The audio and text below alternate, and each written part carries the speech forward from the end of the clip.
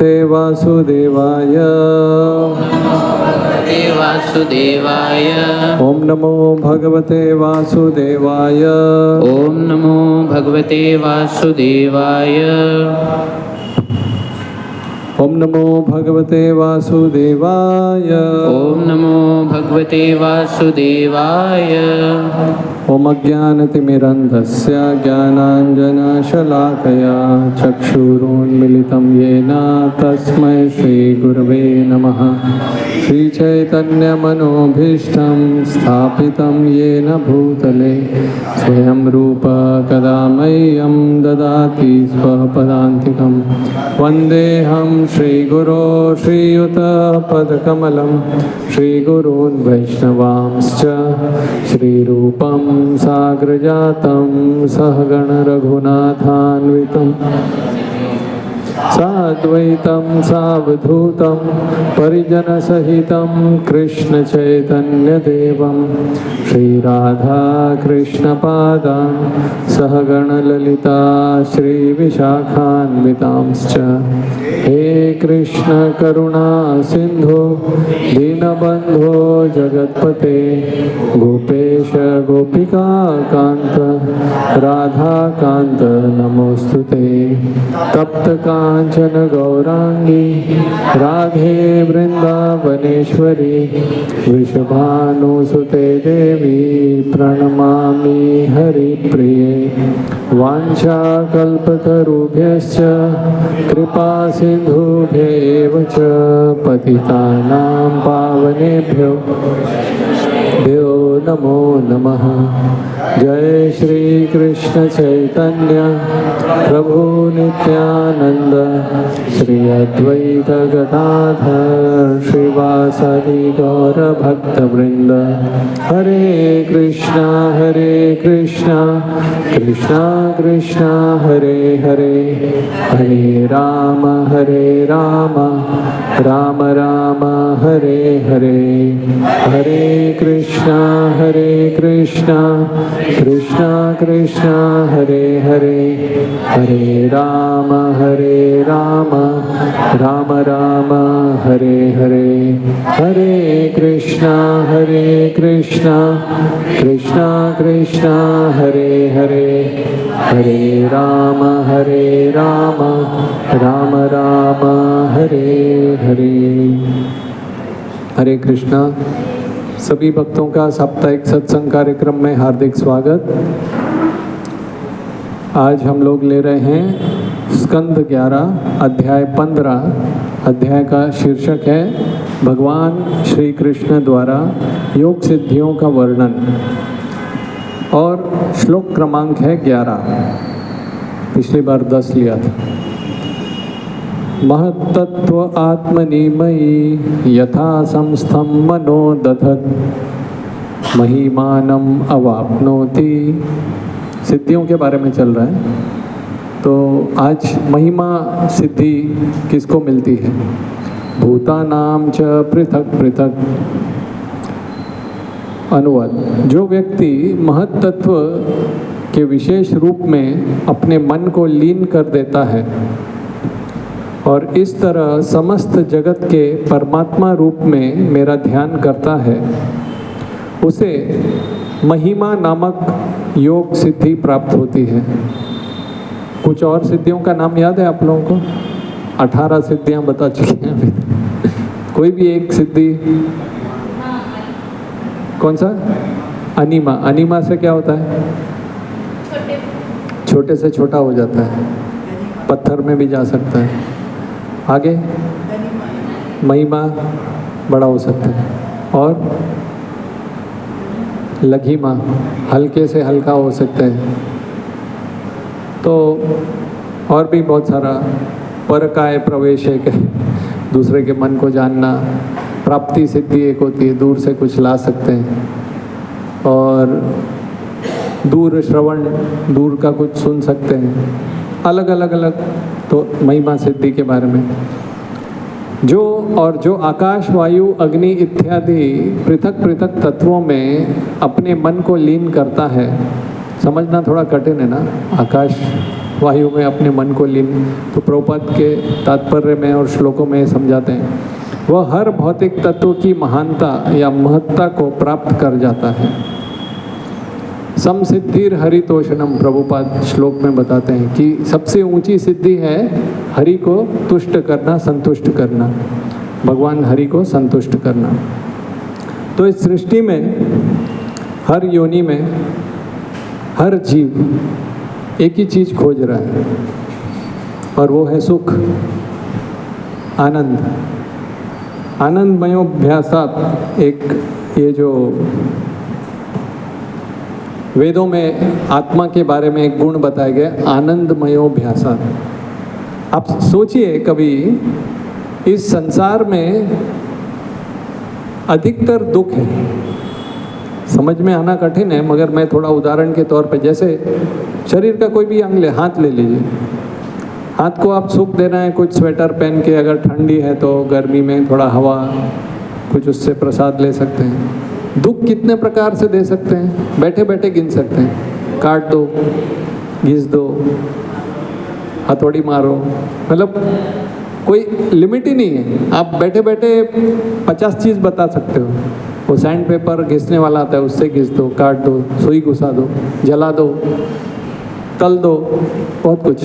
कहने का मतलब जितने प्रकार से इस संसार में दुख मिल सकता है उससे काफ़ी कम प्रकार से हमको सुख मिल सकता है। तो ये संसार दुखमय है, राइट? फिर भी हमको इच्छा क्या होती है? सुख।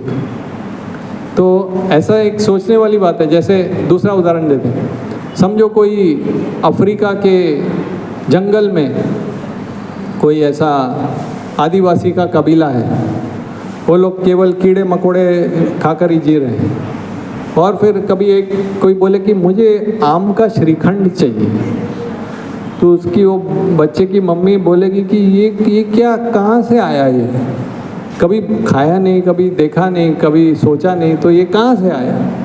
तो ये आत्मा से आता है। जो सुख की अभिलाषा है, आनंदमयो अभ्यासात्, इसीलिए व्यक्ति हर जगह पे सुख खोज रहा है। प्रॉब्लम ये है कि वो शारीरिक और मन के स्तर पे खोज रहा है। सुख के जो आगार या जो स्टोरेज है वो कृष्ण के पास है। कृष्ण सर्व आकर्षति इति कृष्ण, सबको आकर्षित करने वाले कृष्ण हैं।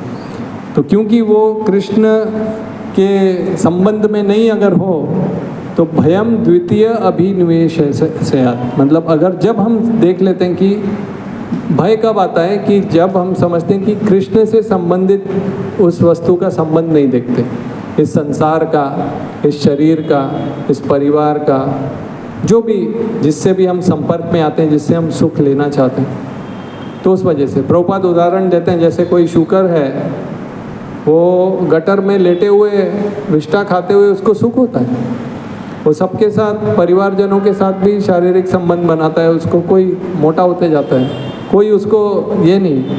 तो जैसे चाबी, एक व्यक्ति था, उसकी चाबी गिर गई वहाँ पे, और वो कुछ ढूंढ रहा था, लाइट, जहाँ पे लाइट है उसके नीचे। किसी ने पूछा क्या खोज रहे हो? बोला चाबी। किधर गिरी थी? वो 1 किलोमीटर दूर अंधेरे में गिरी थी। बोला इधर क्यों ढूंढ रहे हो? इधर लाइट है इसीलिए। तो हमारी जो सुख की चाबी है वो भगवत धाम में रह गई, अभी हम इधर आ रहे हैं, इधर ढूंढ रहे हैं सुख को, ऐसा। इसीलिए गीता में एक वाक्य आता है, श्लोक आता है, अपूर्यमाणम अचल प्रतिष्ठम समुद्र आप प्रविशन्ति। जैसे समुद्र है, अभी बरसात का सीज़न है, उसमें अनेकों नदियाँ भर भर के जाती है, पानी भरती। हमारे ये समुद्र में जो पास में है उसमें भी भरती। मैं रात को जब लौटता हूँ यहाँ से, तो वो वहीं से चौपाटी से ऊपर से एक मेरी कैब जाती, ईस्टर्न एक्सप्रेस हाईवे से, तो समुद्र ऐसा पूरा ऐसा दिखता है, पूरा भरा हुआ दिखता है, लेवल बरसात में अच्छा दिखता है। ये तो एक ये भी है, अगर आपको कभी माइंड में बहुत दुख है या टेंशन है, मैंने सुना है ऐसा, तो आप खाली समुद्र के सामने जाके बैठ जाओ और वो लहरों को देखते रहो। लहरें आ रही, जा रही, आ रही, तो हमारी जो चिंता की लहर और दुख की जो भी लहर है, हमारी जो वेव्स है उससे टकराती है। प्रॉब्लम ये है कि उसकी कभी एंड नहीं होती। शास्त्रों में वर्णन आता है, लहर आई कहाँ से समुद्र में? समुद्र में लहर कहाँ से आई? किसी को मालूम है लहरें क्यों आती है समुद्र में? शास्त्रों में बताया है, जब मंदार पर्वत जो समुद्र मंथन हुआ था, तो मंथन होने के समय पे जो कछुआ का अवतार थे भगवान के, क्योंकि वो मंदार पर्वत डूबने लगा तो वो अपनी पीठ पे उन्होंने ले लिया और उन्होंने ऐसा महसूस किया कि उनको खुजली हो रही है। तो मंदार पर्वत जब घूमा तो उससे लहरें ऐसी आई कि रुकती नहीं। तो जब हमारी मन की चिंता की लहर समुद्र की लहरों से टकरा के हम लोग शांत हो जाते। क्यों? क्योंकि वो थकता नहीं, उसकी लहर आती ही रहेगी, ऐसा बोलते हैं। दूसरा भी प्रभुपाद बोलते हैं कि कभी आपको कुछ हेल्थ अगर अच्छा करना है तो समुद्र में नहाने से कभी कभी डाइजेशन आपका अच्छा होता है। तो अपूर्यमाणम अचल प्रतिष्ठम समुद्र आप प्रविशन्ति यद्वत्। तो जिस तरह से बरसात के सीज़न में नदियाँ ये समुद्र में जाती हैं, मगर वो अपनी सीमा को उल्लंघता नहीं।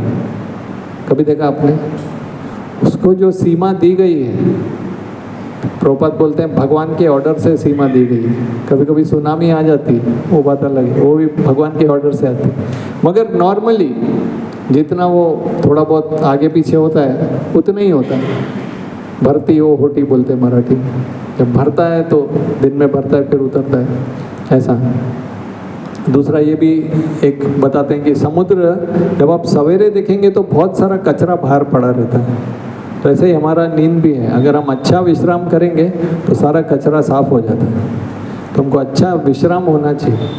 अगर हमेशा रात में सोते वक्त भी मोबाइल ले लेके ही सोएंगे, जो आखिरी हम लोग सोचते हैं सवेरे वही ध्यान में आता है। इसीलिए रात को सोते समय एक भगवान को छोटी प्रार्थना करना चाहिए कि ये दिन भर मैंने जो कुछ किया, ये जो भी मेरे से हुआ आप सेवा बोल के स्वीकार कर लो। संत तुकाराम बोलते थे कि जो भी टूटे फूटे शब्दों में मैंने अभंग लिखे हैं वो मेरी सेवा बोल के आप स्वीकार करो। तो ऐसे ये दिन भर मैंने जो भी किया, भले आपकी सेवा में सोच के नहीं किया हो, मगर रात को एक ये प्रार्थना बोल दें तो भगवान की याद करके हम सो जाते। नहीं तो अपने काम की चिंता में रहते हैं, ये किया। और सवेरे उठ के एक बार वापस कृष्ण कृष्ण कृष्ण बोलने से फ़र्क पड़ता है।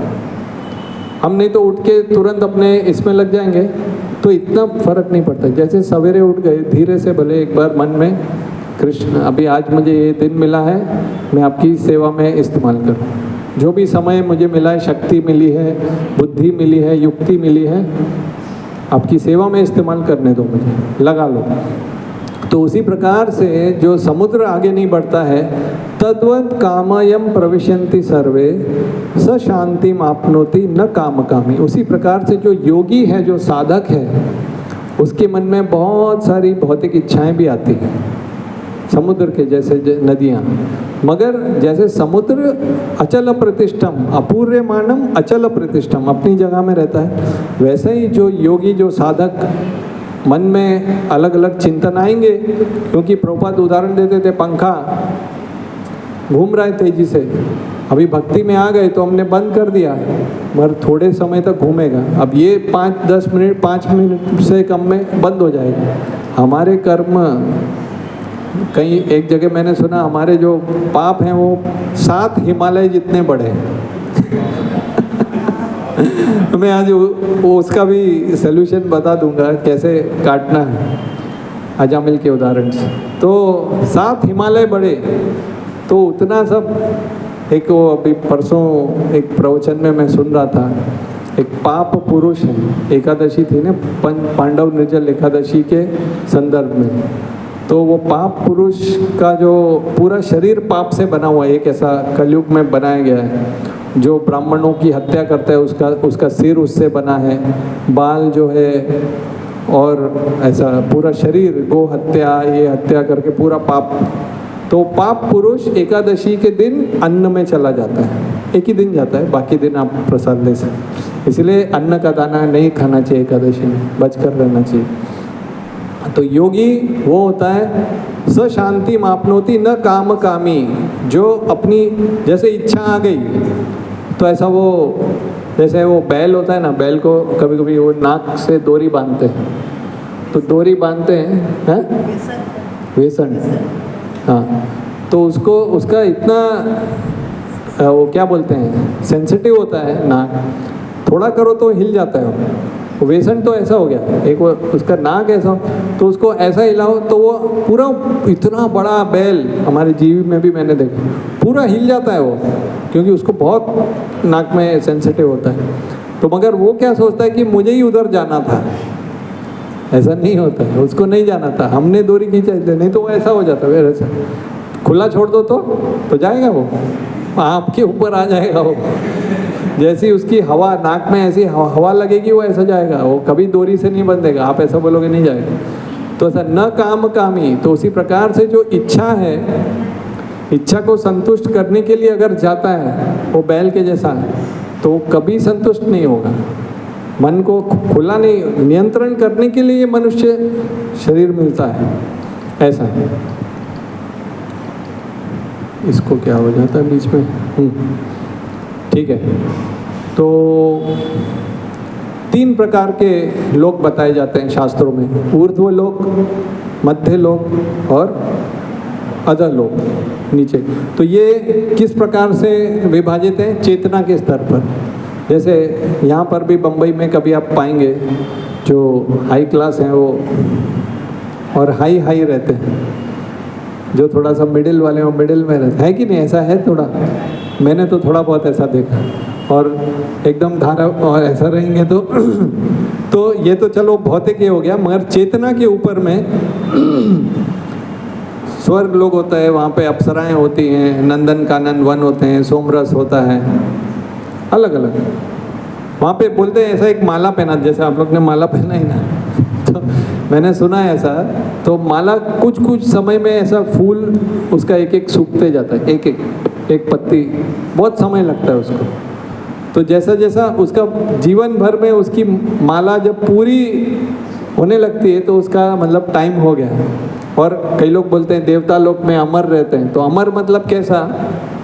जैसा कि हॉस्पिटल है, हॉस्पिटल में लिखा है हमारे इधर एक भी मृत्यु नहीं हुई। मृत्यु नहीं हुई मतलब क्या हुआ? जैसा मरने वाला है वो दरवाजे के बाहर उठा के रख देते तो मतलब हमारे इधर मृत्यु नहीं हुई, बराबर, तो बाहर हो गई ना। तो वैसा स्वर्ग लोक का वो जो अमर वेदों में, इसलिए त्रैगुण्य, कृष्ण अर्जुन को क्या बोलते हैं? त्रैगुण्य विषया वेदा निस्त्रैगुण्य भवार्जुन। ये वेद वाक्य जो है यामिमम, और एक यामिमम पुष्पितम वाचाम प्रबदंती विपद, ये पुष्प की वाचा आपको ऐसा लगता है कि अरे देवता लोग अमर, ये नंदन कानन वन, और ये अमर मतलब ये ऐसा अमर, जब मरने वाला होता है तो आउट ऑफ स्वर्ग ऐसा हो जाता है। तो चेतना, तो ऊर्ध्वम गच्छन्ति सत्वस्थ, जो सत्व गुण में है, सात्विक जीवन जीते हैं, तो उनको ऊपर के लोकों में जाने मिलता है। मध्य तिष्ठन्ति राजस, जो रजोगुण में होते हैं, बहुत कर्म में आसक्ति होती है, इतने मेरे दुश्मन हैं, उनको मैंने परास्त किया, आने वाले भी दुश्मनों को मैं परास्त करूंगा, अब मैं दान करूंगा और मैं फेमस हो जाऊंगा, ऐसा श्लोक है 16वें अध्याय में गीता में। तो पूरा रजोगुण में आसक्त रहते हैं, तो फिर वो इधर ही रहते हैं। मध्य तिष्ठन्ति राजस, जगन्य गुण वृत्तिस्तु अधो गच्छन्ति तामस, जो जगन्य कर्मों में लगते हैं, मांसाहार करते हैं, बहुत अत्याचार करते हैं, जिनकी वृत्ति एकदम गलत कार्यों में लगती है, तमोगुणी रहते हैं, तो अधो गच्छन्ति। तो इसलिए बताया जाता है कि जैसी जैसी चेतना होती है, अध मतलब नरक, कई प्रकार के नरकों का वर्णन है। कई लोग बोलते हैं ये तो बनाया हुआ है आप लोगों ने, ऐसा थोड़ी ना नरक होता है, हमको डराने के लिए बनाया हुआ है। नहीं, ऐसा नहीं है, ऐसा है। ये अर्जुन भी बोलते हैं कि चेतना के, ये जो नारकी बुद्धि बताई गई है शास्त्रों में, एक तो नरक तो है ही, बुद्धि के बारे में बताया गया है। श्लोक आता है अर्चे विष्णु शिलाधीर नर, अर्चे विष्णु शिलाधीर, मतलब भगवान को जब देखते हैं और अगर सोचते हैं कि ये जो विग्रह है ये तो खाली पत्थर से या लकड़ी से या धातु से बना हुआ है, तो ये एक नार की बुद्धि। गुरुषु नरमति, गुरु को देखना जो हमारे, कि उनको सोचना कि ये तो नर, ये भी हमारे जैसी है, मैं भी 2 हाथ 2 पैर 2, वो भी साधारण है। नहीं, शरीर के स्तर पे साधारण है मगर चेतना अलग है। वैष्णवे जाति बुद्धि, 3-4 उदाहरण जो वैष्णव में देखना कि ये ऐसा है, ये तो जाति बुद्धि आप समझ जाओ। फिर पाद तीर्थे अम्बु बुद्धि, जो भगवान का चरणामृत है उसको सोचना ये भी तो एक क्या है, साधारण सा जूस है। नहीं, एक श्लोक भी आता है, अकाल मृत्यु हरणम सर्व पाप प्रणाशनम विष्णु पादोदकम पीत्वा शिरसी संधार्यामि हम। अकाल मृत्यु अगर आपकी आने वाली है, अगर आप चरणामृत लेंगे तो वो टल जाएगी। सर्व पाप प्रणाशनम, सारे पापों को दूर करता है, इसलिए विष्णु पादोदकम पीत्वा, जो चरणामृत, इसलिए हमेशा जब मौका मिले तो मंदिर में जाएं तो चरणामृत लेना आवश्यक है, हो सके तो लेना ही चाहिए। पाद तीर्थ, और वैसे ही गंगा नदी वगैरह को कोई देखे और बोले कि अरे ये तो साधारण अम्बु बुद्धि है, तो सर्व पाप प्रणाशनम विष्णु पाद उदकम, मतलब भगवान के चरणों का जो जल है, पीतवा शिरसी संधार्यामि। विष्णु नामनी मंत्रे, विष्णु का नाम जो है भगवान का नाम हरे कृष्णा, तो समझना ये भी क्या है ऐसा। एक बार प्रभुपाद को किसी ने पूछा, प्रभुपाद आप क्या ये मंत्र बोलते हो? समझो मैं, थोड़ा आवाज़ बढ़ा सकते क्या हल्का सा, समझो मैं खाली 1 2 3 1 2 3 ऐसा करूँ तो वो भी तो चलेगा ना, वो भी अक्षर है। प्रभुपाद ने बोला करो 1 2 3 करो, जब थक जाओगे तब हरे कृष्णा कर लेना। ऐसा होता है। प्रभुपाद ने बोला कि आप, और एक उदाहरण दिया, उस समय पे कोका कोला फेमस था, बोला आपको कोका कोला पसंद है, बोलो कोका कोला की माला करो, Coca Cola Coca Cola Coca Cola. जब भी पूरा दुख जाएगा, सर दर्द हो जाएगा, तब हरे कृष्णा कर लेना। अब हमारी समस्या क्या है कि हम हरे कृष्णा में भी थोड़ा तकलीफ होती है, मगर ये तकलीफ काम की तकलीफ है। क्यों? क्योंकि धीरे धीरे हम इससे शुद्ध हो रहे हैं। शुद्ध होने की वजह से हमारा धीरे धीरे रस आएगा। तन्नाम रूप चरितादि सितापि अविद्या पित्त उपतप्त रसनस्य न रोचिकानु किंतु आदरात अनुदिनम खलु सैव जुष्टा स्वाद्वी क्रमाद भवति तदगद मूलहंत्री। भगवान का रूप, तन, नाम, रूप, चरित, भगवान का रूप, भगवान का नाम, भगवान का चरित, ये सब शक्कर के जैसा मीठा है। मगर सितापि अविद्या पित्त, जैसे पित्त से कोई हमको बीमारी हो जाती है, उसको जॉइंडिस बोलते हैं। किसी को हुआ है कभी? उसमें क्या होता है, पीला हो जाता है ना, और टेस्ट कैसा होता है, कड़वा हो जाता है ना, कोई टेस्ट भी नहीं आता है। बुखार भी आ जाता है तो टेस्ट भी नहीं आता है, मीठी चीज़ भी कड़वी लगती है, मगर उसकी दवाई क्या है? वही गन्ने का जूस वगैरह। तो किंतु आदराद अनुदिनम खलु सैव जुष्टा, रोज उसको लेते लेते लेते लेते, मैं बताऊंगा आज। एक बार बीच में प्रश्न भी आया था कि ध्यानपूर्वक जप न करने का क्या, तो वो भी आज। तो नामनी मंत्र और धीर यस्य नारकी, तो ये सब जो 4-5 बताए कि अर्चे विष्णु शिलाधीर, गुरुषु नरमति, वैष्णवे जाति बुद्धि, पाद तीर्थे अम्बु बुद्धि, साधारण पानी है, श्री विष्णु और नामानी मंत्रे, ये सब, तो ये नारकी, तो नरक का वर्णन इसमें भी आया है।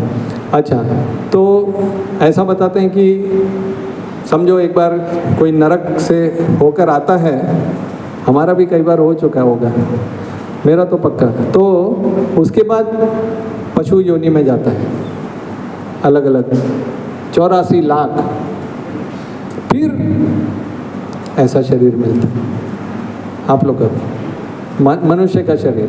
फिर उसके बाद चॉइस मिलती है उसको, मतलब एक चक्कर है कि वो तो खाली ऐसा, वो सर्कल, वो सर्कस का सर्कल होता है ना, बड़ा जाइंट सर्कस, उसमें एक पॉइंट होता है जहाँ से बाहर निकल सकते हैं आप। एक बार नीचे आ गया तो, एक बार फिर घूमना चालू हो गया तो फिर कंट्रोल के बाहर नहीं। फिर वो जब वापस मनुष्य बनेंगे तब आपके पास 3 चॉइस आता है, या तो ऊपर के लोकों में जाओ, देवी देवता बनो, या जगन्य गुण वृत्तिस्थ अधो गच्छन्ति तामसा, नीचे जाओ, या फिर ये चक्कर से ही बाहर जाओ, जन्म मृत्यु जरा व्याधि के गुण से बाहर जाके भगवान के धाम जाओ।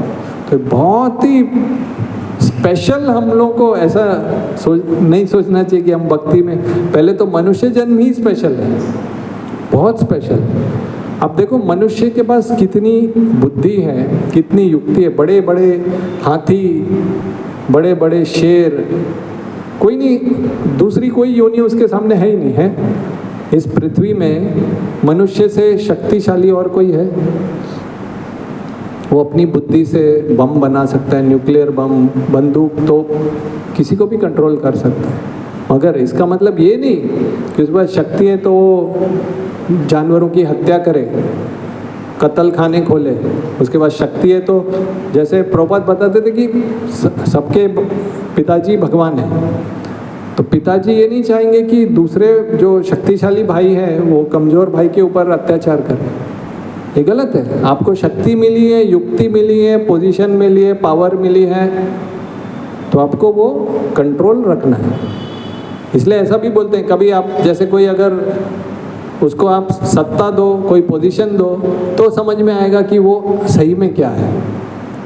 बाकी जब तक नीचे पोजीशन में हरे कृष्णा ऐसे नम्र रहेगा, पोजीशन में कहीं भी, कंपनी में भी या कहीं भी आपके अंडर में कोई है, तो फिर समझा ए पानी ले गया, वो ले गया, अरे लाया नहीं, जल्दी कर, तो तब उसका वो अपने आप, वो प्रोग्रामिंग अपने आप रहती। तो उस समय जो सच्चा रहता है वो नम्र रहता है, नहीं वो समझता है इसकी भी कुछ प्रॉब्लम है, इसकी भी प्रॉब्लम है, हर कोई समस्या में ऐसा।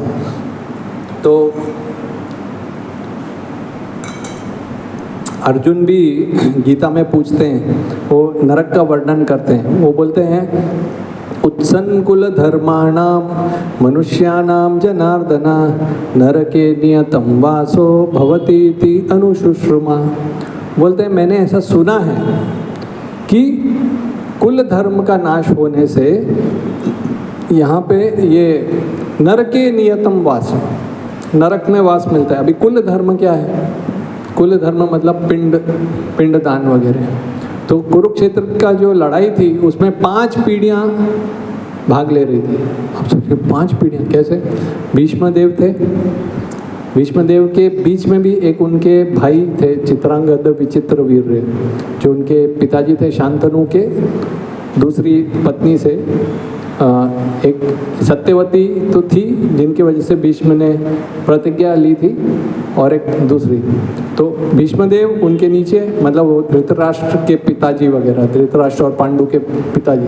धृतराष्ट्र तीसरी जनरेशन, अर्जुन और पांडव कौरव चौथी जनरेशन, और अर्जुन के पुत्र अभिमन्यु। 5 पीढ़ियाँ का नाश होने वाला था जो धर्म के विरुद्ध थे, तो पूरा ही नुकसान होने वाला था। तो परीक्षित महाराज जब उन्होंने सबसे शुरुआत में सुखदेव गोस्वामी को कुछ प्रश्न किए थे, उसमें से एक प्रश्न था कि आप मुझे बताइए कि जो व्यक्ति की मृत्यु होने वाली है उसको क्या करना चाहिए, उसकी क्या ड्यूटी है, उसका क्या कर्तव्य है। तो उसके उत्तर में सुखदेव गोस्वामी ये 5वें स्कंद में अलग अलग नरकों का वर्णन करते हैं। पूरा 28 प्रकार के नरक हैं। फिर उसके बाद परीक्षित महाराज क्योंकि भक्त हैं तो पूछते हैं कि ये इतनी खतरनाक नरक, इससे आदमी कैसे बचेगा?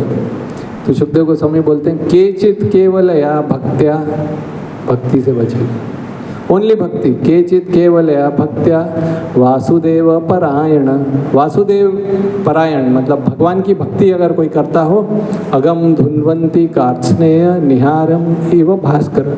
जैसे अभी बरसात के सीजन में कभी कभी फॉग आ जाता है, फॉग ठंड में भी आता है, फॉग समझते हैं ना आप, धुआं जैसा आ जाता है, तो निहारम, उसको निहारम बोलते हैं। वो निकल नहीं सकता।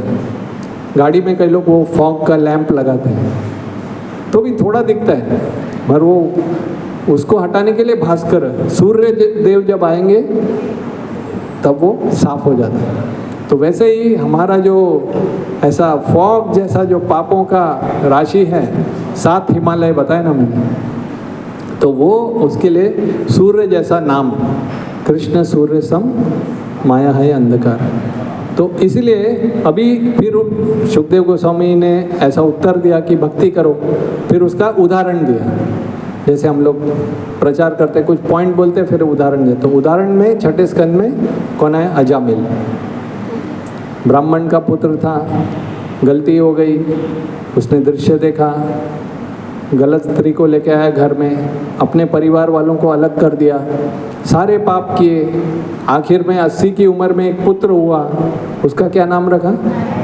नारायण। तो प्रभुपाद बोलते हैं कि इसलिए अपने पुत्रों का नाम भगवान के नाम से रखो, कम से कम लेते लेते लेते टिंकू पिंकू नहीं रखना चाहिए, नहीं तो कुछ फायदा नहीं होगा। तो उसके बाद कथा आगे बढ़ती है। जब अजामिल का समय आया तो कौन आ गए? विष्णुदूत आए, उसके पहले यमदूत आए। तो यमदूतों ने क्या बोला कि ये तो कौन है? पापी है, महापापी, तो आप हमें क्यों रोक रहे हैं? तो फिर विष्णुदूत एक श्लोक बोलते हैं, क्या बोलते हैं? नाम लेने के 4 प्रकार हैं। सांकेत्यम परिहासम वा स्तोभम हेलनम एव वा वैकुंठ नाम ग्रहणम अशेष अगहरणम विदु।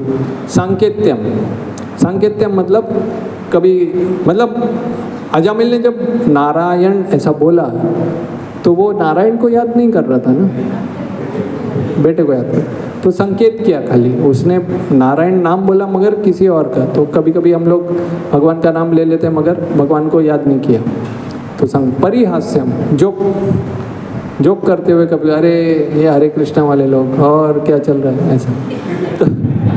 तो उस समय हम लोग भगवान को याद नहीं कर रहे, मजाक करते हैं, तो ऐसा, तो सीरियस नहीं रहते। सांकेत्यम परिहासम स्तोभम, स्तोभम मतलब एंटरटेनमेंट, कुछ हमारा जैसे कभी कीर्तन में लोग आते हैं नाचते हैं, उनको गणपति, उनको ऐसा लगता है डांस, तो खैर उसमें कोई बुराई नहीं है, कीर्तन में ही नाच रहे हैं, मगर उस समय भगवान को एक तरह से ध्यानपूर्वक नहीं ले रहे। और आखिरी है हेलनम। हेलनम मतलब जैसे कभी न्यूज़ में आ गया, ये हरे कृष्णा वाले लोग अभी कीर्तन रथ यात्रा निकाल रहे हैं, अभी कीर्तन कर रहे हैं, वो कर रहे हैं। प्रभुपाद के समय पे कभी ऐसा भी आता था, ब्रेन वॉशिंग कर रहे हैं, तो प्रभुपाद ने बोला ब्रेन वॉशिंग सही है, उनके ब्रेन में कचरा भरा हुआ है, तो ब्रेन वॉशिंग करना जरूरी है, इसलिए हम लोग ब्रेन वॉशिंग करते हैं।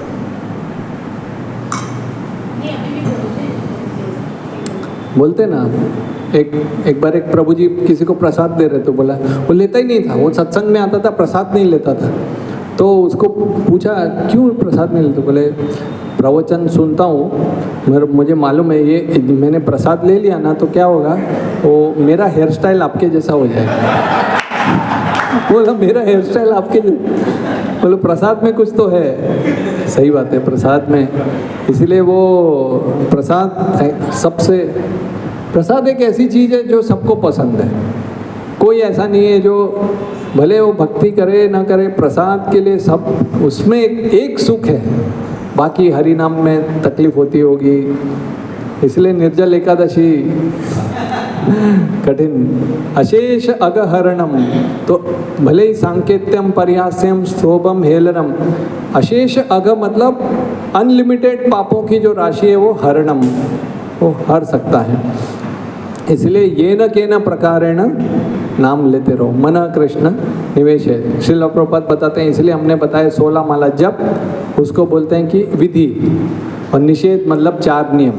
4 नियम यानी कौन कौन सा? मांसाहार नहीं करना, अवैध स्त्री या पुरुष संग नहीं करना, कोई जुआ वगैरह नहीं करना, और नशा किसी भी प्रकार का। वो नशे में चाय कॉफ़ी भी आती है, और मांसाहार के अंडर में प्याज लहसुन भी आते हैं। और अभी आजकल तो चॉकलेट का भी कंट्रोवर्सी चल रहा है, क्योंकि बोलते हैं तो वाइट चॉकलेट चलता है अलग अलग। क्यों चॉकलेट का क्यों बोलते हैं? क्योंकि उसमें भी कैफीन होता है, एक ऐसा जो भी चीज़ आपको एक आदत लगा देती है, नशा जैसा होता है, चाय का हो जाता है। कई लोग सब एक बार मेरी मम्मी आई थी रहने के लिए, तो मैंने बोला चाय, बोला नहीं हम चाय नहीं लेंगे। 1 दिन हुआ, 2 दिन फिर बोलती अभी पूरा जीवन भर चाय पिए। बोला तुम क्या हो, चाय वाय कुछ देते नहीं? बोला 2 दिन पहले तो अभी बोला। अब मैंने भी मान लिया, अब मुझे क्या, मैंने भी बोला बोलिए कि नहीं चाहिए, तो फिर तीसरे दिन फिर मैंने ही ला के दिया बाहर से कहीं से। मुझे भी बाकी लोग भी बोले अरे फिर वापस नहीं आएगी ऐसे करके, क्योंकि वो आदत लग जाती है। वो अगर वो ऐसी चीज़ है जिसकी हमको ऐसा होता है कि अब मुझे अभी सफरचंद खाना ही है, खाना ही, सफरचंद के बिना मेरा प्राण निकल जाएंगे, ऐसा नहीं होता है। या सब्जी हो अमुक, ऐसा नहीं होता है। तो ये बाकी चीज़ जो है एडिक्शन कर देती है। तो इसलिए प्रभुपाद बोलते हैं कि आप विधि पालन करो, विधि आने की नाम जप करो, निषेध अपने आप आ जाएगा, जो 4 नियम वगैरह। तो इसलिए वो श्लोक यस्यास्ति भक्ति अकिंचन सर्वैर गुणैर तत्र समासते सुरा, कि अगर कोई भक्ति कर रहा है तो धीरे धीरे सभी देवताओं के गुण उसमें आ जाते हैं। हराव अभक्त से कुतो महत् गुण, और अभक्त है, कभी कभी हम देखेंगे बाहर वाले लोग इतना अच्छे से व्यवहार करते हैं, मतलब आपको रास्ता भी देंगे एकदम, और भक्त लोग बाजू हटो, तो उनका उस समय मगर कृष्ण के शरणम 2 गुण होते हैं। एक होता है प्राथमिक गुण है कृष्ण का शरणम, वो कृष्ण के प्रति उनको तकलीफ आएगी तो कृष्ण को याद करेंगे। और बाकी दूसरा गुण होता है अलग अलग, 26 गुण होते हैं। तो मनोरथ, क्योंकि बाहर जो है वो मनोरथे नास्ति धावतो पे, मन के रथ पे भाग रहा है वो वही बैल वाला उदाहरण जो मैंने दिया, उसका मन कभी इधर कभी उधर कभी उधर। एक दिन बोलेगा हमको भक्ति करना चाहिए, दूसरे दिन बोलेगा अरे भक्ति नहीं करना चाहिए, उसका रिजल्ट अच्छा नहीं आया, कुछ अच्छा नहीं आया, तकलीफ आ गई, नहीं। तो इसीलिए नियम पूर्वक। कृष्णदास कविराज गोस्वामी 26 क्वालिटी बोलते हैं जो वैष्णव में आ जाती है, शुद्ध वैष्णव में। मैं खाली पढ़ देता हूँ। वो पहला, सबके ऊपर दया करता है, कोई उसका दूसरा उसका कोई एनिमी नहीं होता है, दुश्मन नहीं होता है, हमेशा सच बोलता है, सबके साथ एक जैसा व्यवहार करता है, कोई उसमें दोष नहीं देख सकता है, और वो बहुत बड़े हृदय वाला होता है, मृदु होता है, स्वच्छ रहता है, और ज़्यादा जो काम की वस्तु नहीं है वो नहीं रखता है। जैसे एक कोई तो धनी कोई घर में, कभी कभी ऐसा भी न्यूज़ आया कि पूरा 400 पेयर जूते, 500 पेयर ड्रेस, और कब साल में एक आध बार कभी रोटेशन में आता है ऐसा, फिर भी संतुष्ट नहीं, बोलते और नया चाहिए, वो पार्टी में वो जूता, वो पार्टी में वो जूता, उसमें वो कार भी अलग अलग, ऐसे जाएंगे तो ऐसे, ऐसे जाएंगे तो ऐसे, तो कभी संतुष्ट नहीं होता है। तो वैष्णव जितना जरूरी है उतना। फिर सबके अच्छे के लिए कार्य करते हैं। 10वां, शांत रहता है, कृष्ण के प्रति समर्पित रहता है, भौतिक इच्छाएं नहीं रखता है, नम्र रहता है, स्थिर रहता है, भक्ति में स्थिर रहता है, इंद्रियों पे संयम रखता है, जितना जरूरी है उतना खाता है। ये तो मैं कहूँगा भक्ति, ये तो हमारी तबीयत के लिए भी अच्छा है। मैंने आयुर्वेद का कुछ प्रवचन सब सुनता रहता हूँ बीच बीच में, जब भक्ति में मन नहीं लगता है तो आयुर्वेद में तो बोलते हैं, एक चीज़ मैंने 2-3 जगह पे सुना है, भूख लगे तब खाओ, पहला नियम, और दूसरा नियम है भूख नहीं लगे तो मत खाओ। तीसरा नियम भी, तीसरा नियम है जितनी भूख लगे उसके अनुसार खाओ। ऐसा नहीं कि इसका उल्टा उल्टा हो जाता है, कभी कभी पूरा उल्टा, भूख लगती तब कभी कभी हम फास्टिंग, निर्जल एकादशी लगे, मगर वैसे तब हर रोज करते जाएंगे ऐसा, जब शरीर को आवश्यकता है तो वो गलत है, क्योंकि आपके अग्नि में आहुति देना चाहिए। और कभी भूख नहीं है तो भी अरे आइटम अच्छा दिख रहा है, फिर क्या भरोसा है। कभी कभी आश्रम में होता है, शाम को कुछ ऐसा रहता है, समझो पराठा है कुछ ऐसा, तो ब्रेकफास्ट के बाद लंच भी नहीं लेता है वो, कि वो अगला वाले पे ज़्यादा लंबा खींच सकते हैं, फिर वो गलत है। क्यों? क्योंकि जब आपको लंच में भूख लगी आपने नहीं लिया, और आखिर में जब भूख लगी जितनी भी लगी फिर उतना लिया कि 2 बार का ले लिया, फिर अगले दिन लंच तक कुछ भूख ही नहीं लग रही। तो ऐसा, तो जितना ज़रूरी उतना प्रसाद लेता है, और भगवान की माया से बचकर रहता है, सबको प्रणाम करता है, और स्वयं के लिए कोई अपेक्षा नहीं करता कि कोई प्रणाम करे। कभी कभी गंभीर भी रहता है, दयालु रहता है, सबसे मित्रतापूर्वक व्यवहार करता है।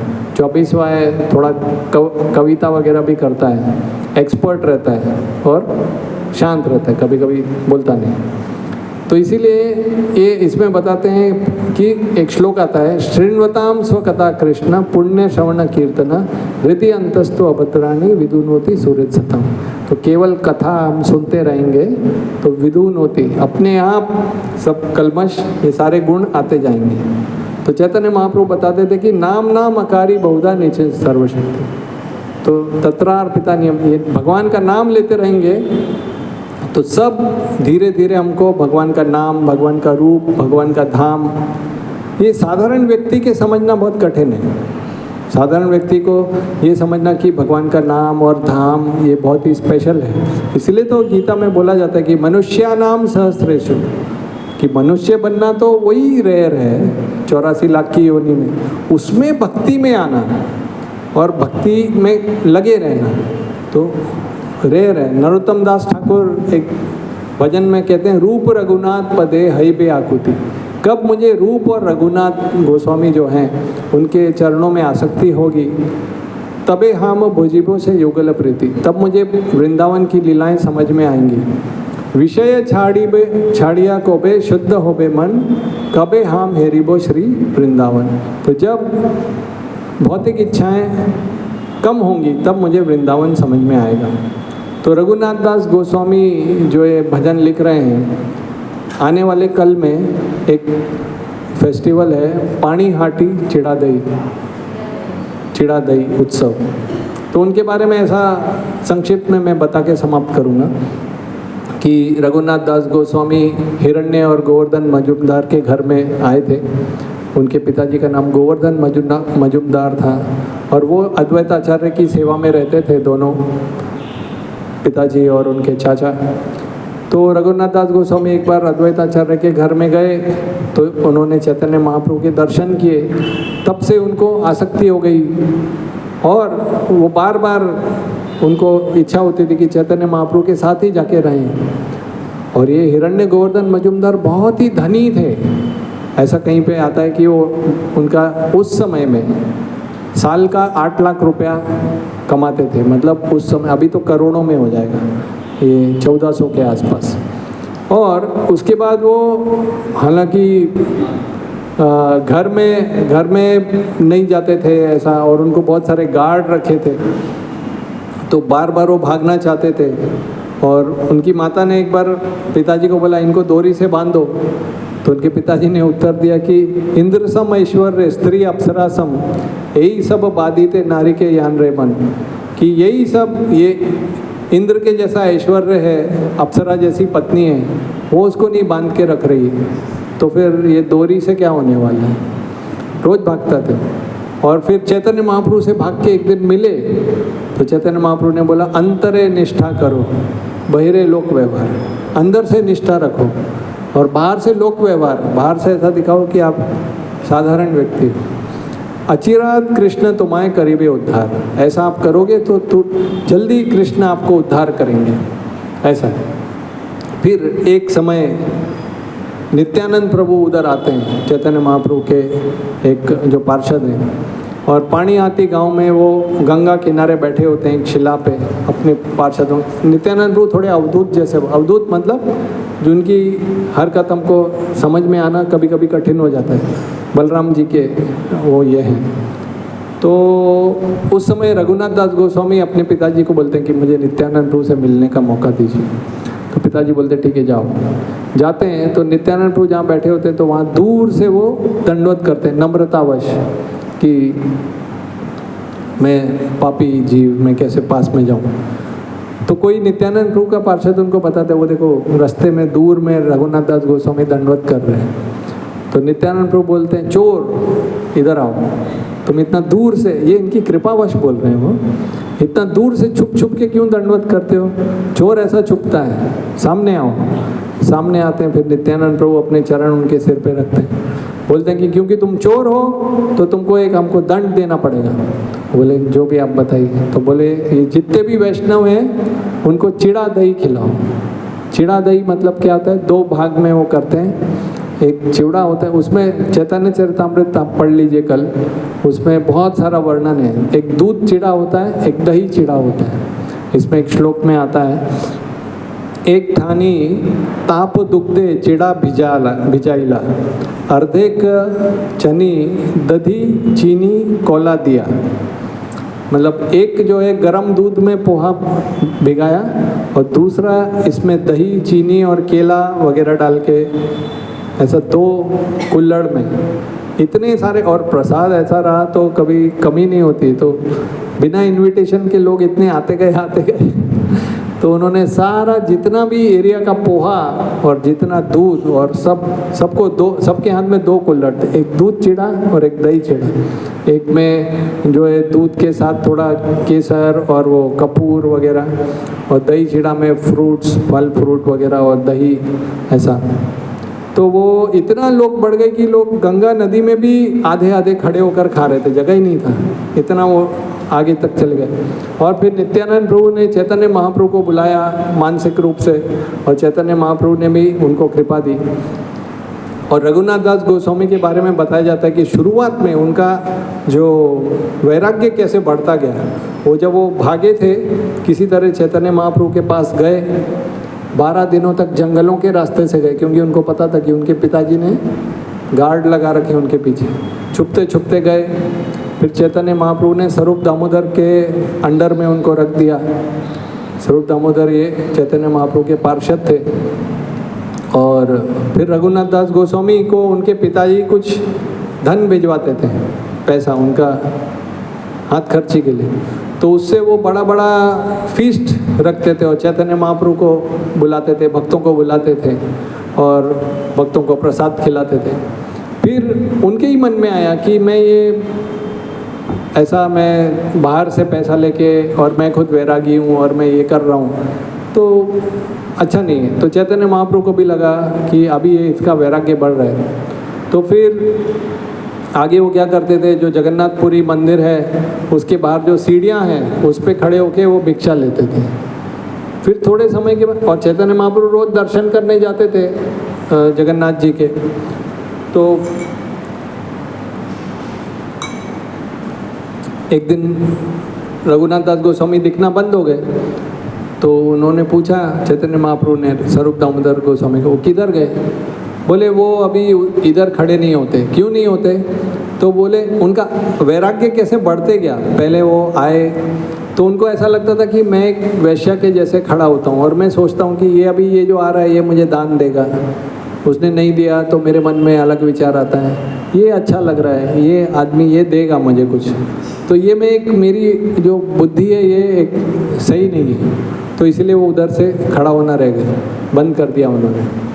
फिर उसके बाद वो आगे रात में आनंद बाजार करके जगन्नाथपुरी में है, तो जो बचा हुआ चावल होता है जगन्नाथ जी को भोग लगाए, जो बिल्कुल कोई नहीं खरीदता है, तो वो एक जगह पे डाल देते हैं। वहाँ पे गाय आती है, गाय खाती है, और वो खराब हो जाता था चावल। तो वो उसमें से कुछ चावल रात को जाते थे, उठाते थे, पानी में धो लेते थे उसको, और अंदर का जो थोड़ा कड़क पार्ट रहता था जो गला हुआ निकल जाता था, उसमें नमक मिला के और खाते थे। तो एक दिन चैतन्य महाप्रभु आ गए, जब वो खा रहे थे तभी बोले, रघुनाथ मैंने सुना है तुम रोज एक फीस्ट खा रहे हो रोज बहुत, तो क्या है? रघुनाथ ने तुरंत पीछे छुपा लिया, बोला क्या है? तो उन्होंने हाथ डाला और चैतन्य महाप्रभु ने खा लिया।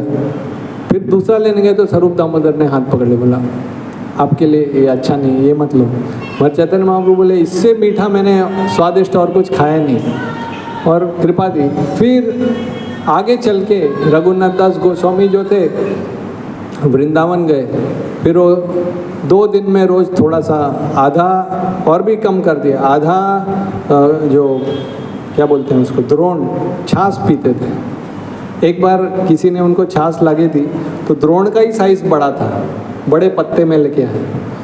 तो वो पूछा ये इतना बड़ा कप कहाँ से आया है? तो बोले ये वो कौन से तो गोपी का नाम बताया है, चंद्रावली के गांव का वो बोला। तो उन्होंने फेंक दिया, बोला क्योंकि वो राधा रानी की सेवा में थे, चंद्रावली कंपटीशन में थी, तो उसके गांव का पत्ता भी नहीं ले सकते। तो वो ये सोच के नहीं लाया था, वो लाया था कि बड़ा पत्ता है तो उसमें थोड़ा ज़्यादा छाछ मिलेगा।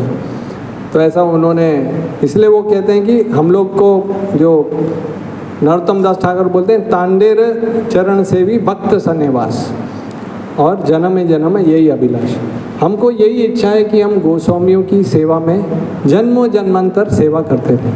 भक्ति विनोद ठाकुर भी कहते हैं, कीट जन्म हो यथा तुआ दास, बहिर्मुख ब्रह्मा जन्मे नाही मरास।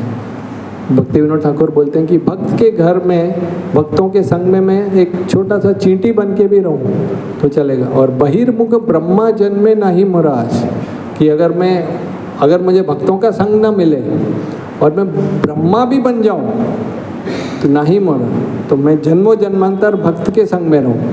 तो हम भी इसी प्रकार से हम सोच सकते हैं कि भक्तों का संग ये बहुत पड़े रहो बस। मुझे एक बार कोई मराठी में एक भक्त बोल रहा था की भक्तांच्या संघामध्ये मुंगी बनून राहायचं आणि साखर खायची।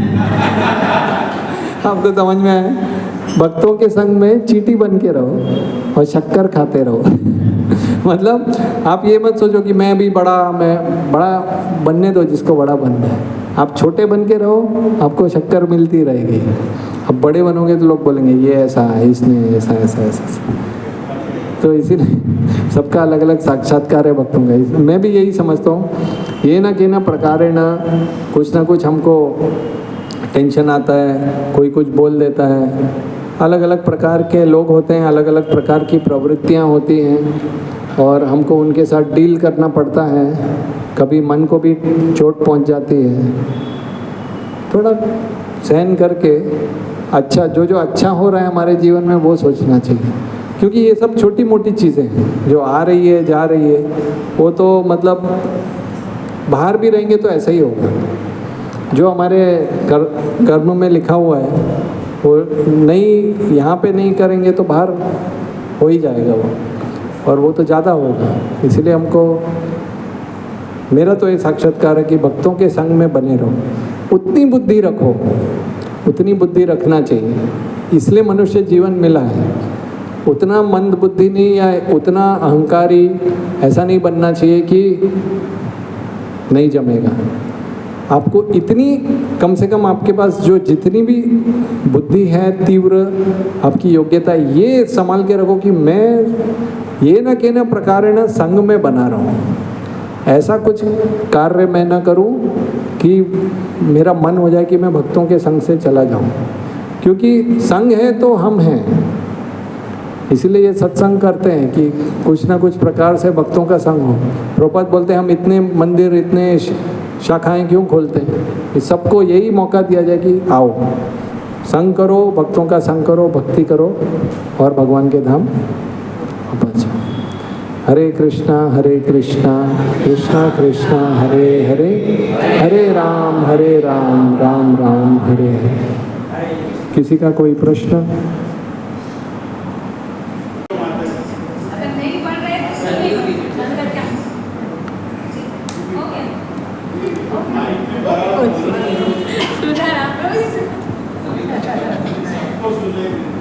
माता जी ने हो गया, यूट्यूब पे भी जाता है ना। आपका प्रश्न हमेशा के लिए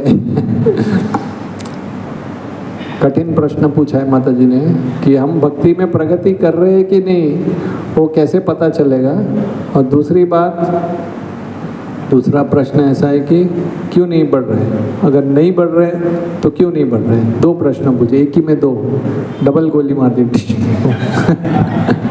तो पहला तो प्रभुपाद बताते भक्ति में बढ़ना मतलब अगर भौतिक इच्छाएं कम हो रही हैं तो भक्ति में प्रगति हो रही है। अगर ये भालो लागिलो संसार, ये संसार हमको अच्छा लग रहा है तो फिर इतनी दो तरीके से है। भक्तों के बारे में ये भी बोलते हैं कि एक अभी आया था मेरे मन में, सर्वत्र होय निज देव स्फूर्ति, विश्वम पूर्ण सुखाए थे। जो पूरी भक्ति में डूब गया है उसको सब जगह भक्ति का ही दिखता है। जो भी होता है उसके साथ उसको ये संसार भी सुखमय ही लगता है, दुखमय नहीं लगता है। एक जगह तो ऐसा भी बताते हैं, कभी आपको अगर ऐसा लगे कि कोई भक्त रो रहा है, दुखी है, तो ऐसा मत सोचना।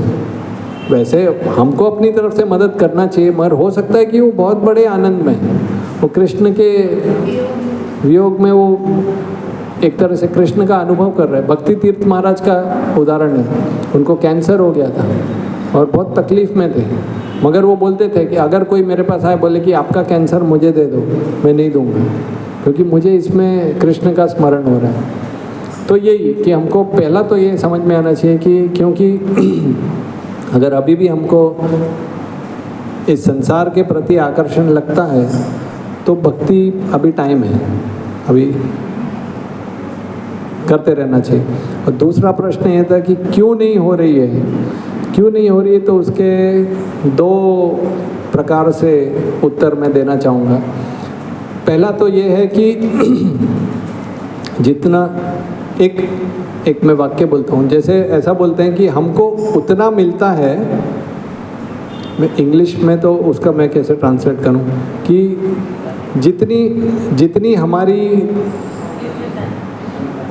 क्षमता नहीं, डिज़र्व को क्या बोलेंगे, डिज़र्व नहीं, मैं ऐसे क्रूड बोलता हूँ, हक, जितना हमको लगता है कि ये मेरा हक है उससे कम मिलेगा। मगर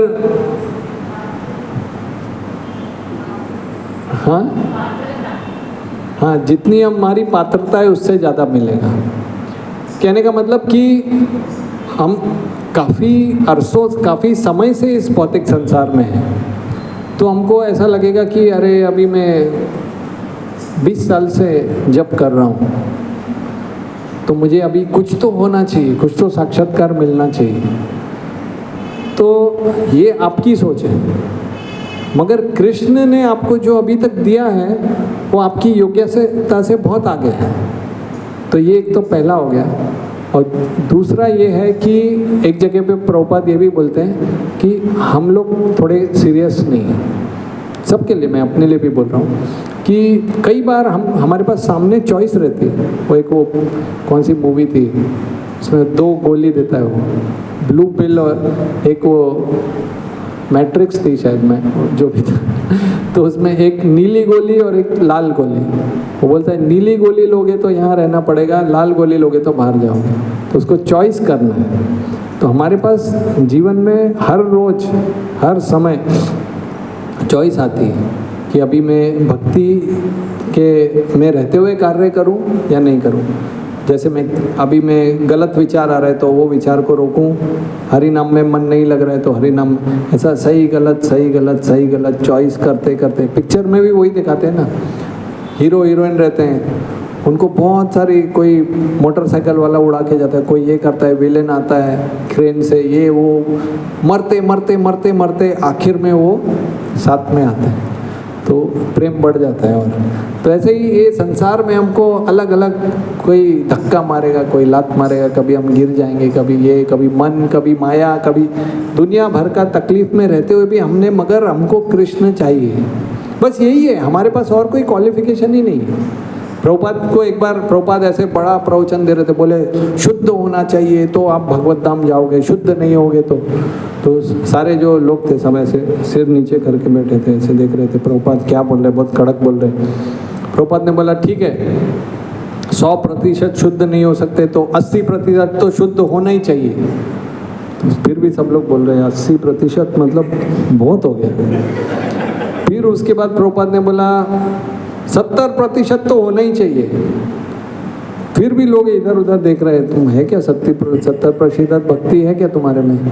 बोला नहीं है। प्रभुपाद ने बोला आखिरी बोलता हूँ 60% तो होना चाहिए।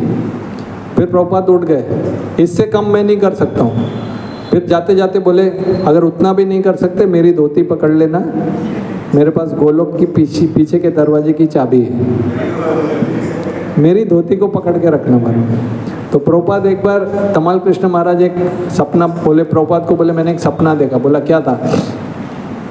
हम लोग भगवान के सामने गए और आप भी खड़े थे और भगवान बोल रहे थे ये लोग ये क्वालिफाइड नहीं है, ये कौन है?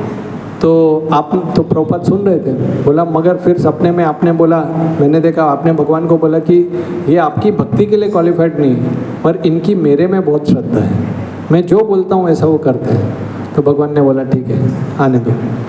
तो इसीलिए प्रभुपाद की कृपा है, तो हमको बस उनके आंदोलन में रहना चाहिए और भक्तों के संग में रहना चाहिए। बाहर हमने अगर सोचा मैं 30 मार का हूँ, ये मैं किन के बीच में आ गया हूँ, मैं ये छोटे मोटे, मैं तो बहुत बड़ा हूँ, तो बाहर जाएंगे तो फिर ऐसी माया ऐसी गुलाट मारेगी कि भूल ही जाएंगे हम लोग, दूसरा भी क्या है।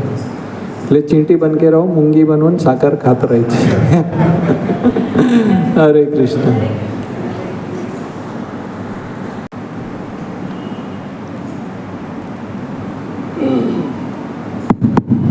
हरे कृष्ण।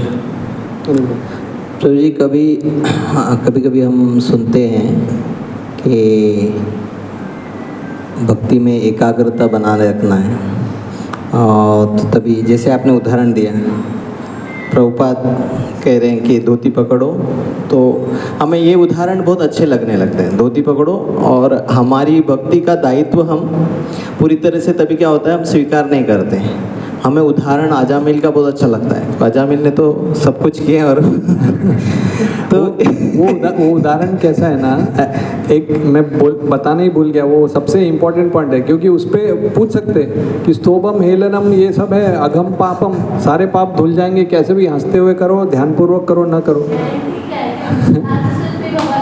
नहीं, और उसका ऐसा उदाहरण क्यों दिया जाता है कि सोचो आप अच्छे से करो तो क्या मिलेगा, ध्यानपूर्वक संघर्ष करके करो। जो अजामिल ऐसा तर गया तो हमको क्या मिलेगा ऐसा। हाँ बोलिए। तो ये बैलेंस हम कहाँ बना रखे, क्योंकि हर भक्त को दायित्व तो स्वीकार करना है कि मैंने भक्ति का मार्ग स्वीकार किया है, तो इसमें कुछ मेरे लिए दायित्व है, कुछ करना है, कुछ नियम पालन करना है, कुछ नहीं। जब कि आजकल पूर्व में क्या ये सारे चीज़ थे, आप जैसे शास्त्र में बताएं प्याज लहसुन वो, तो आजकल तो नए नए एडिक्शन भी आए हैं, मोबाइल ये वो सब, तो उसमें अधिक समय जाता है। चाय तो 5-10 मिनट 3-4 मिनट पूर्वज हमारे पीते थे, पर अभी तो 30 मिनट 1 घंटा 3 घंटा 4 घंटा उसी में जाता है। तो वो अधिक कोई वक्त कोई ग्रुप में डाल रहे हैं, एक निर्जल में आप कम से कम इतना वचन भी लें कि आज पूरा दिन मैं मोबाइल नहीं उठाऊँ, ये भी बड़ी बात है राधा धन। तो ये हम कब ये समझ परखने का वो बैलेंस क्या है कि हम ये समझे कि नहीं, मुझे I should take more responsibility in bhakti, कितना मैं दायित्व और स्वीकार करूं। तो क्योंकि कंसेशन का जब सुनते बहुत आकर्षण होता है हमें कि केवल धोती पकड़ो, हमको केवल धोती पकड़ना है कि और कुछ नहीं, मैं कुछ नहीं प्रयास करूंगा, धोती केवल पकड़ना है मुझे। तो where do you find the balance? इसमें 2-3 विचार मुझे आ रहे हैं। मैं इतना, क्योंकि ये सब बहुत हाई लेवल वाले प्रश्न हैं ये सब महाराज को पूछे जाते थे प्रश्न, मगर 2-3 मुझे जो विचार आए, प्रभुपाद एक उदाहरण देते थे क्रिश्चियन लोगों का, कि वो बोलते हैं कि इंग्लिश में बोलता हूँ, Jesus died for our sins, कि जीसस क्राइस्ट जो थे, यीशु मसीह थे, वो हमारे पापों के लिए वो उन्होंने प्राण दिए, और ऐसा बोल के क्या करते, पाप करते जाते। मतलब वो चाहते हैं कि हमारा कॉन्ट्रैक्ट यीशु मसीह ने ले लिया है और हम पाप करते रहे। तो ये भी गलत है। जैसे इसके नाम के संदर्भ में हमने बताया हेलनम स्तोभम, तो प्रभुपाद ये भी बताते हैं साथ में, अगर कोई सोचे कि नाम मैं ले लूँ और सारे पाप करता रहूँ, तो वो तो बहुत बड़ा पाप होगा, क्योंकि आप नाम के बल पर आप सोच रहे हैं। जैसे कई है, दिन भर कर लिया, रात में एक राम राम राम राम राम राम राम ऐसा। खैर कलयुग तो ऐसा है। तो वो एक हो गया कि कॉन्ट्रैक्ट। ये हमें 2 प्रकार से भक्ति में ना 2 प्रकार के प्रवचन होते हैं, मैं भी जब जितना सुना है। एक होता है कि आपको आशा देने वाला, और एक होता है कि थोड़ा डराने वाला तो हमको अपने हिसाब से थोड़ा समझना चाहिए कि मुझे अभी क्या ज़रूरत है। मेरा तो ये है कि मुझे आशा बहुत चाहिए क्योंकि कलयुग में निराशा सब जगह है। मगर जब हमको ऐसा लगने लगे कि अभी मैं संतुष्ट हो गया हूँ, मेरा उदर भरण अच्छे से हो गया है, मेरी नींद भी अच्छे से हो गई है, मेरी हेल्थ भी ठीक ठाक चल रही है, अच्छी सुविधाएं हैं मेरे पास, जब हम संतुष्ट हो गए तो फिर हमको फिर सोचना चाहिए कि अभी मैं क्या कर सकता हूँ, व्हाट आई कैन डू। केवल फिर नहीं तो फिर प्रगति नहीं होगी, फिर वही हम लोग उसी चिंताओं में, फिर भी कोई सिचुएशन आएगी तो भक्त के गुण मैंने 26 गुण पढ़ दिए ना आज तो सोच लीजिए तो हम कितना सहनशील हैं, कितने नम्र हैं। तो ऐसा। अच्छा, और दूसरी बात आपने जो जैसे ये बताया सब मोबाइल वगैरह, तो अभी कलयुग में तो बहुत ही कठिन है, क्योंकि स्क्रीन में ही आकर्षण है।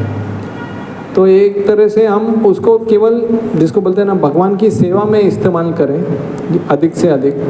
और मगर ये भी है कि ऐसे भक्त हैं, अभी भी हैं, जिनको हरि नाम में थोड़ा उस तरफ ज़्यादा आकर्षण आता है। अभी ये दोनों पक्ष को अगर मैं मिलाऊं, पहलू को, एक होता है डराने वाला और ये करने वाला, उन सब का फिर हमको करना क्या है? तो मेरा एक ही सोल्यूशन है, संगात। गीता में एक श्लोक आता है, संगात संजायते काम। ये केवल वो काम वासना के लिए नहीं है, इसका अर्थ है कि संग में रहने से जैसा संग वैसा रंग। तो हम ऐसे लोगों के संग में अगर रहेंगे, बने रहेंगे, संग में बने बने, तो वैसी इच्छाएं हमारे पास आएंगी। हम देखेंगे कि अरे ये व्यक्ति ऐसा कर रहा है, ये व्यक्ति भी मेरे जैसा ही है, वो भी हो चाहे तो वो भी मज़ा मस्ती कर सकता है, मगर वो नियम से चलता है, वो नम्र है, वो चाहे तो वो भी बॉस बन सकता है, मगर वो अपना सेवा में लगा हुआ है। प्रभुपाद जैसा बोलते हैं वैसा कर रहा है, मंगल आरती में आता है, नियम अपना चाय कॉफ़ी नहीं पीता है, हो सकता है। तो ऐसा संग, ऐसे लोगों से संग लेके, और कुछ नहीं तो प्रभुपाद के तात्पर्य इतने अच्छे हैं, थोड़ा थोड़ा पढ़ने का। मैं अपने लिए भी बोल रहा हूँ, हम लोग का तो एक थोड़ा बेनिफिट है कि हम लोग बाहर रहते हैं, तो 50 में से एक आध तो कोई मिल ही जाता है उदाहरण।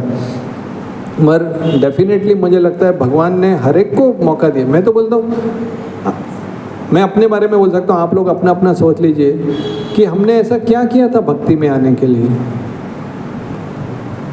कुछ भी नहीं किया था। एक तरह मैं तो अचानक से आ गया, मतलब ऐसे कॉलेज में तो मैं लोगों को बताता था कि तुमको भगवान दिखा क्या, कुछ सुनाई दिया क्या, और 4 लोगों को मैं नास्तिक बना के भेजता था रोज़ शाम को। वो अपना कमरे में जाए, बराबर बोला, भगवान दिखते नहीं, सुनते नहीं, सुनाई नहीं, कुछ ऐसा। तो ऐसा अलग अलग, तो ऐसे करते करते करते करते तो भगवान ने हमको इतना मौका दे दिया किसी ने, तो यानी कि प्लानिंग चल रहा है ऊपर से कुछ हमको लेके आने के लिए। तो प्लानिंग का भाग बने, मौका मिला है।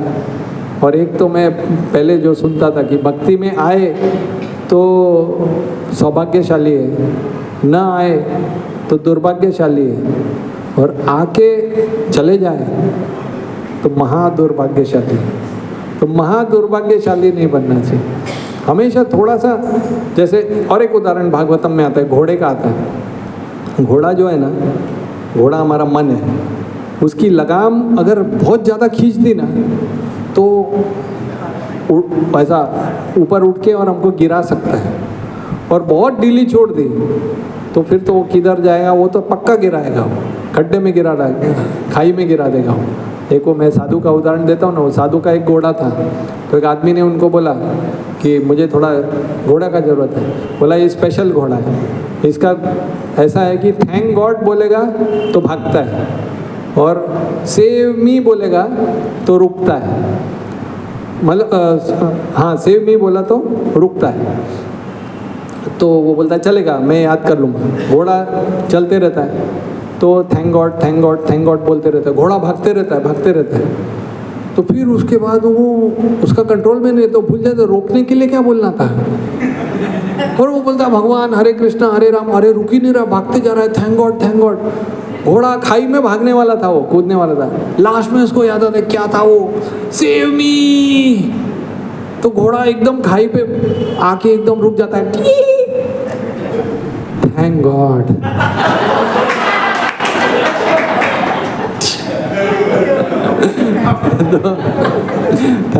तो इसीलिए घोड़े की लगाम ऐसी होनी चाहिए हमको उसमें। जैसे पतंग, अगर मैं आपको, घोड़ा तो हमने कभी शायद चला नहीं होगा, पतंग का तो कभी चलाई होगी। पतंग एक होता है कि उसमें एक थोड़ी हमको टाइटनेस महसूस होती है, एक तो ढील छोड़ दो चुर जाती जा रही है, तो वैसा भी नहीं होना चाहिए, और एकदम ऐसा भी नहीं होना चाहिए। एक हल्का उदाहरण, घोड़े का बेस्ट उदाहरण, थोड़ा टाइटनेस लगना चाहिए। तो उसी तरह से हमारा जप भी है, ऐसा भी नहीं हरे कृष्ण हरे कृष्ण राम हरे कृष्ण हरे हरे, और क्या चल रहा है, बराबर है। एकदम ढीला भी नहीं होना चाहिए और एकदम ऐसा भी नहीं होना चाहिए आप कड़वा जूस करेला अरे कृष्णा, मतलब इतना भी तकलीफ नहीं लेना चाहिए कि कपड़ा फाड़ के मतलब भगवान अगले दिन में होगा नहीं, इतना भी दूरी नहीं खींचना चाहिए। मतलब आपको एक क्या बोलते ना, ऐसी एक टेंशन महसूस होना चाहिए कि मन को हम ला रहे बार बार, हरे कृष्ण कृष्ण कृष्ण हरे राम। लिमिट होना चाहिए ना। हाँ, मतलब थोड़ा सा तनाव महसूस होना चाहिए कि मन जा रहा है और मैं उसको ला रहा हूँ। मन बोल रहा है कि उसके वो मैं तो साफ बोल, मैं कुछ सॉफ्टवेयर का सोचते रहता हूँ हमेशा, कुछ वो उसमें ऐसा करता ना तो वो कंप्यूटर में वो ऐसा नहीं आप हरे कृष्ण फिर अरे वो एक या वो आइडिया नहीं, हरे कृष्ण। तो मेरे लिए आपका अपना होगा, हर एक का वो डियर जो सीता देवी एक हर एक का एक गोल्डन डियर होता है, सोनारा वो मृग होता है, उसके वो डियर के प्रति बार बार इच्छा होती है, मन जाएगा, मन को बाहर वापस लेके आना है। तो इतना भी नहीं लाने की अगली बार वही। और ये हर चीज़ में बीच का रास्ता पकड़ना बहुत कठिन है। अति करना बहुत आसान है, ऐसा फास्टिंग करना बहुत आसान है कि बिल्कुल मरने जितना फास्टिंग। और दूसरा फिर फीस्टिंग भी है, ये लोग तो बहुत ही ज़्यादा ये कर रहे हैं, हमको तो लगता है तो ऐसा लगता है लाओ रे और लेके आओ रे, भूख भी नहीं लगी, डकार आ रही है, मर रहे। बीच में जितना जरूरी युक्त आहार, न अति आहार न अल्प आहार, बीच का रास्ता पकड़ना हर समय, उसमें हम सुखी भी रहते हैं। युक्त आहार विहारस्य युक्त सपना बोधस्य योगो भवति दुःखः, उसके दुखों का शमन होता है, शांत रहता। तो घोड़ा भी खुश, हम भी खुश, मन को थोड़ा इसलिए थोड़ा पुल होना चाहिए, थोड़ा मन को तो थोड़ा हमारे जीवन में ऐसी तपस्या होनी चाहिए, कुछ अपने हिसाब से, सबका अलग अलग है। मैं अपने लेवल पे उत्तर दे सकता हूँ। बाकी एक तो जनरल साक्षात्कार में बता रहा हूँ कि चैतन्य चरितामृत में आते हैं कि वो आँख बंद करके न पतेत न स्खलित, भक्ति का मार्ग ऐसा है कि आप आँख बंद करके भी उसमें भागे ना, न तो आप गिरोगे ना। ये कहने का मतलब बहुत बड़ा हमको धन राशि मिल गई है, हमको भले लगता हो मगर हमको तो ऐसा मिल गया, इतनी फर्स्ट क्लास फिलॉसफी, लोगों को पता ही नहीं है क्या कर रहे हैं, क्यों कर रहे हैं। हमको तो कम से कम पता है कि हम ये कर रहे हैं तो इसलिए है। प्रभुपाद के कोई भी प्रवचन सुन लो, रोज़ प्रभुपाद का प्रवचन सुन लो, उसमें मैं प्रसाद के टाइम लगाता हूँ। पहले मुझे लगता था अरे प्रसाद लेने में आनंद ले लूँ, मगर नहीं, अभी मैं सोचता हूँ ये मेरी ज़रूरत है, इसमें ही है, मैंने रखा है, सामने ही रखा है, टक करके वो चालू हो जाता है और ऐसा। तो प्रभुपाद का प्रवचन रोज़ कुछ ना कुछ प्रभुपाद बोलते रहते हैं, जाने दो, भले कान में थोड़ा ऐसा हो रहा है, ये लेते लेते वो सुनता हूँ, थोड़ा बहुत। हरे कृष्णा, हरि बोल, बोलिए।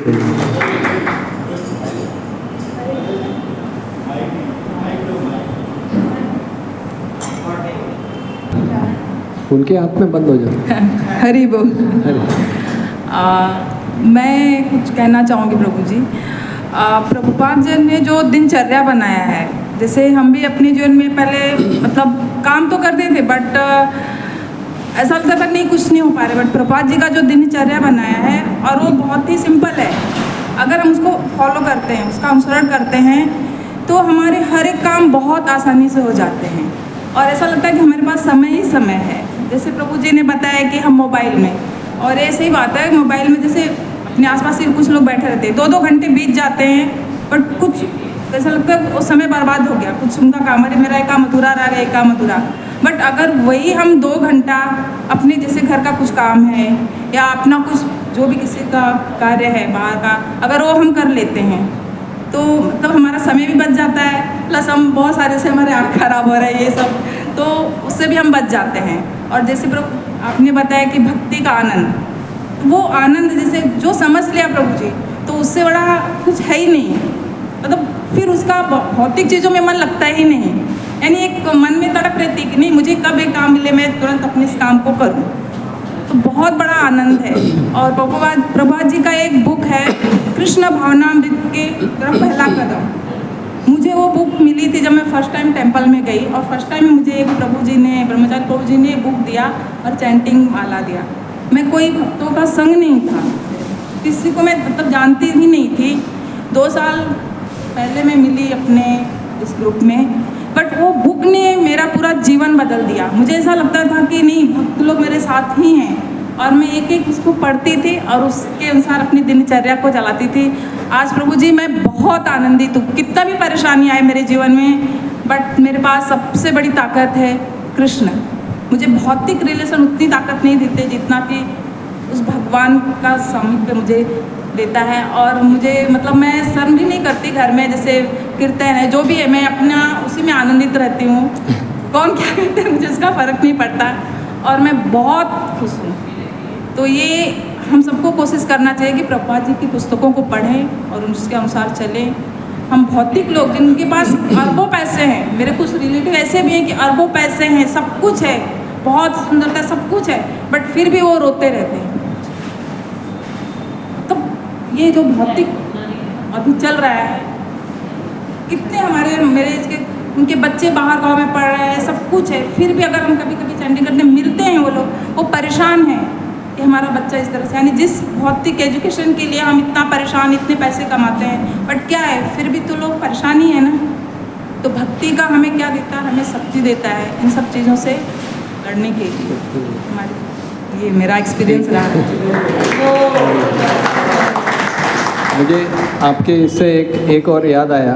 प्रभुपाद एक बोलते हैं, जैसे जो सही बिजनेसमैन होता है ना, वो जैसे मार्केट जैसा चल रहा है, धंधा उसका अच्छा हो रहा है तो भी तो वो कमाता ही है, और कभी कभी धंधा बुरा होता है ना तो भी वो कमाता है। कैसे? प्रभुपाद उदाहरण देते हैं कि कलकत्ता में एक समय पे कोई तो व्यापारी था, तो उसका अच्छा चल रहा था, फिर कुछ तो प्लेग आया, कुछ उनके समय में कुछ ऐसा है, तो वो सरकार को क्या चूहे चाहिए थे, वो तो चूहे पकड़ के वो देता था। उसमें भी उसने किसी ने, लोग गरीबी में मर गए, खाने को नहीं मिल रहा था।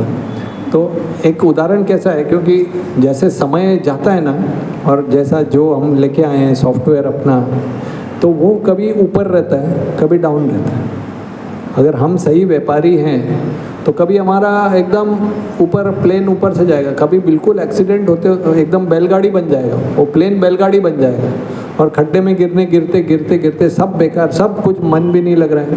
उसमें भी किसी न किसी तरह से हम लोग अपना अगर थोड़ा सा फ़ायदा कर लें भक्ति में, जैसे कभी बीमार हैं, आप मंगल आरती नहीं जा सकते, ये नहीं कर सकते, तो कुछ ऐसा कर लो जो कुछ आपको फ़ायदा कर जाए।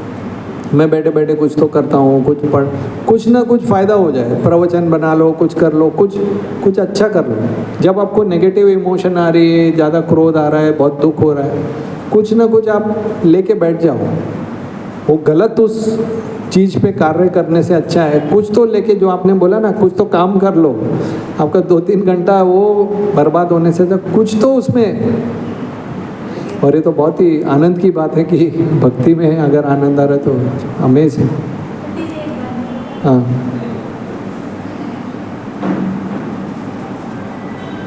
हम लोग दिल्ली में रहते थे प्रभु जी जब, तो भाई का घर ऊपर था, 2nd फ्लोर पे, हम नीचे ग्राउंड में रहते थे।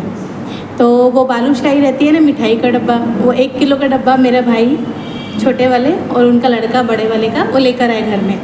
तो छोटा वाला भाई बोलता है कि मीनू भोग लगा दे। तो मेरे भाई का लड़का बोलता है कि है भगवान भोग लगाते हैं क्या?